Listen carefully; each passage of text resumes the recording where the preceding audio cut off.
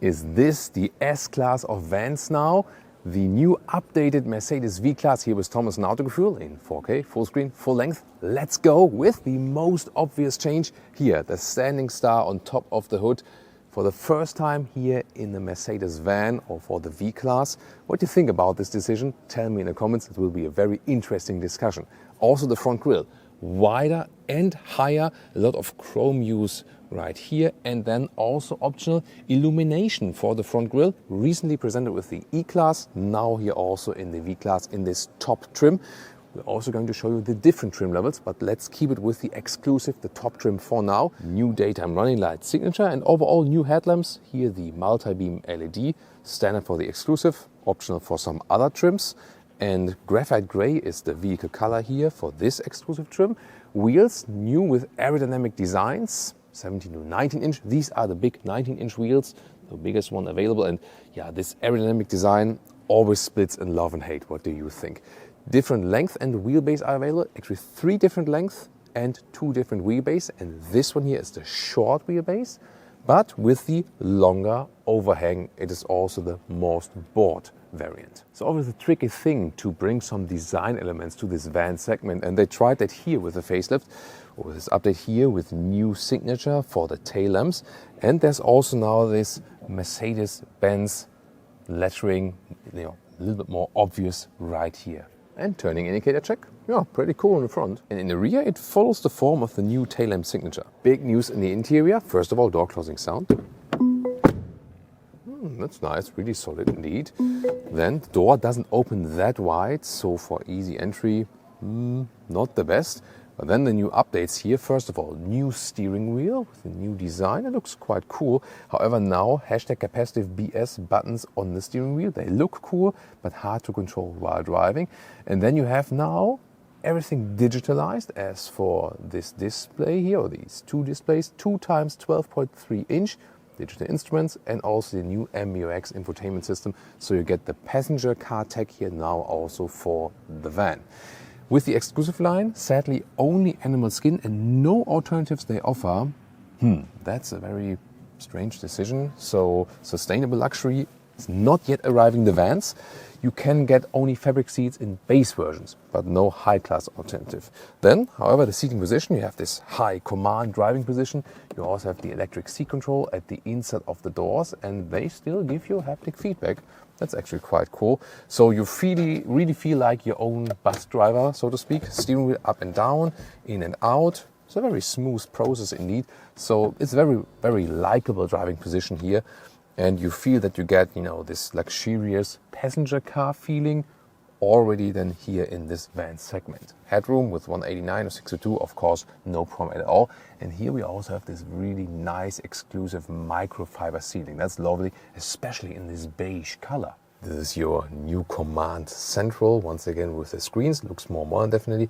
Also new decor elements, different stylings are available.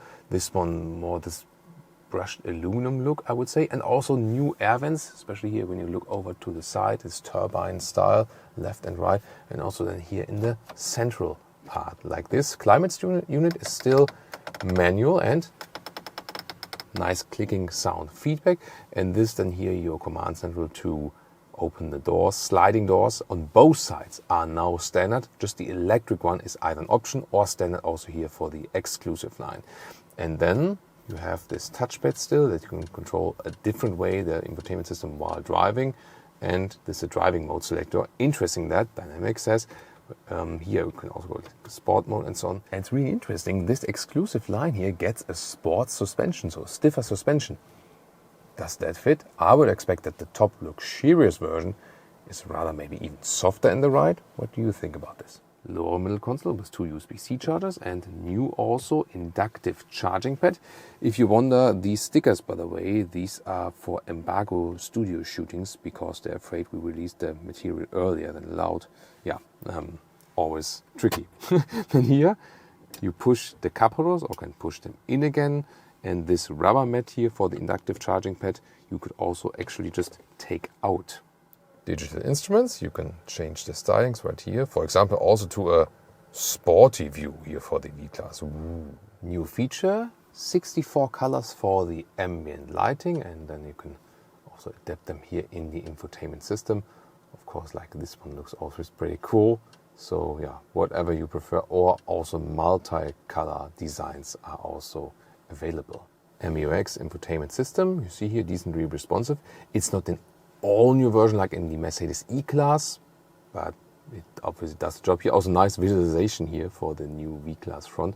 Here like the Avantgarde design, not the exclusive, and wireless Apple CarPlay or Android Auto connection. As I said, new with the update or with the facelift here now is that you have 2 sliding doors, so one on each side, standard for all V-Class models, and electric here for the exclusive, or an option for the other trims. And here, these are the optional executive seats for the rear. You can also get that one for an Avantgarde trim, but here then fitting for the exclusive trim.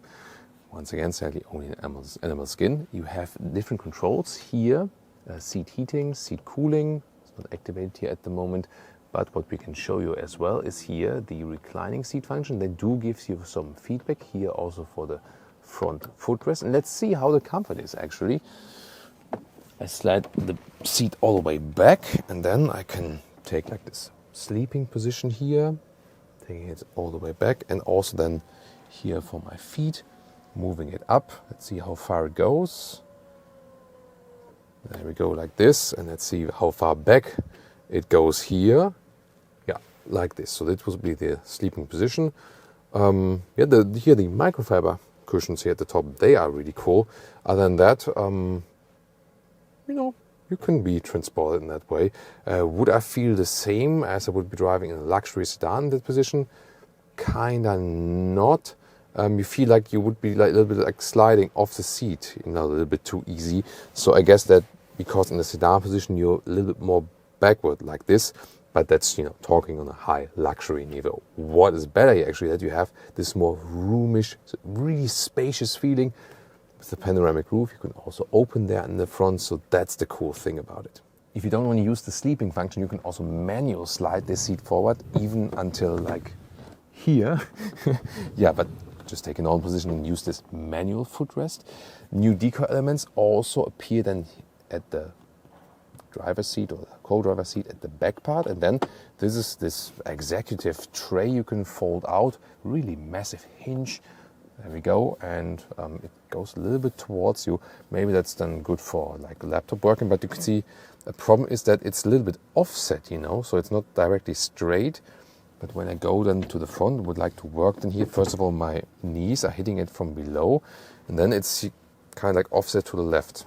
In the rear, it's always pretty cool that you can just open this glass part here and then reach through and maybe get things out and so on. This is here the setup, by the way, when these executive seats are all the way reclined back. You can see you still have some luggage space in, and this is the only like the 4-person setup here for the V-Class. You can of course also open the hatch completely. You can take a detailed look. In this case also the electric hatch. There we go. And even more important is of course, you know, when you don't go for this executive version, not everyone will go for that of course, we also have the other trims for you. And now to the most sold version, also a new grille for the Avantgarde trim. Really wide and high, but here then with 2 horizontal fins here, chrome style, and these nice individual Mercedes stars, but no standing star on the top, that would be too much. High-tech silver is the color right here. And then we have 18-inch wheels on the side, so not the biggest ones, but I think totally sufficient. I also prefer this design. Same wheelbase, the short one with the long overhang, but you can really vary that. So the Avantgarde is available in all different length and wheelbase. And once again, 2 sliding doors. And we have a different interior now, not the executive seat, more the normal ones. This then is here 2-2-2, so overall 6 people, but it could also house maximum of 8 people if you take 2 through bench each. The seating comfort here, also in the rear, is of course not really comparable to the executive seats, but here you sit also pretty upright. With 189 or 6'2", you see you have some room here to the roof, not too much, so you shouldn't be too tall actually. And then you can get extra equipment, for example, then here this middle table area. Yeah, That way you can pull it out, but you can press this here to make it higher. Then it also fits with my knees, like this and this. And this you can, actually this is maybe even better for work. Of course, once again, a little bit offset, but this is also good for, some food, some picnic area and so on. Like this, and you can also easily store that again. This MBUX update and so on also counts for this. Here the Avantgarde trim with the new MBUX infotainment and different decor elements. First of all, I think it's really cool that we don't have high gloss black here, but a matte black area. And my most favorite feature is the matte wood. Here, this huge matte wood insert. You can also hear it and feel it.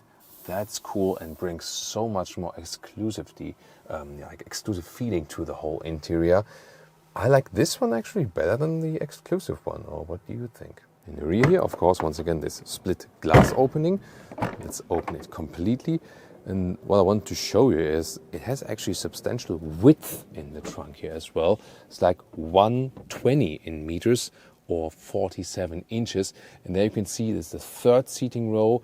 And until the sliders begin, you have like 50 centimeters or 20 inches. But of course, you would need to move the second row a little bit more forward that you can also probably sit in the third row. Now let's take a look at the AMG line. And you see from the grille, it looks kind of similar, just like the Avantgarde. And the reason for that is that the line itself on a configurator basis is the Avantgarde, and the AMG line is just a package on top of that. So the grille stays the same, also with this star pattern.